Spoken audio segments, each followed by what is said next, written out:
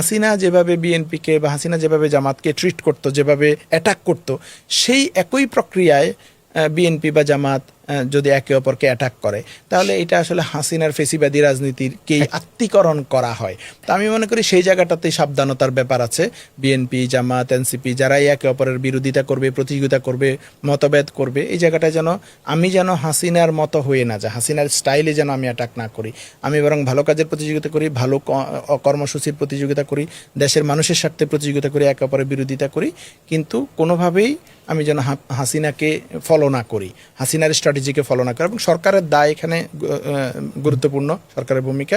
সরকারে যেহেতু বিএনপি আছে, বিএনপির এই জায়গায় গুরুত্বপূর্ণ রোল প্লে করতে হবে, যে তারা যেন বিরোধী দল বা অন্যান্য মতাদর্শিক ভিন্নতা যাদের সাথে আছে তাদের উপরে হাসিনার স্টাইলে যেন নিপীড়ন বা সমালোচনা না করে, সেই জায়গাটা যদি আমরা তৈরি করতে পারি, তাহলে আমরা একটা ভালো বাংলাদেশ পাবো আমি মনে করি।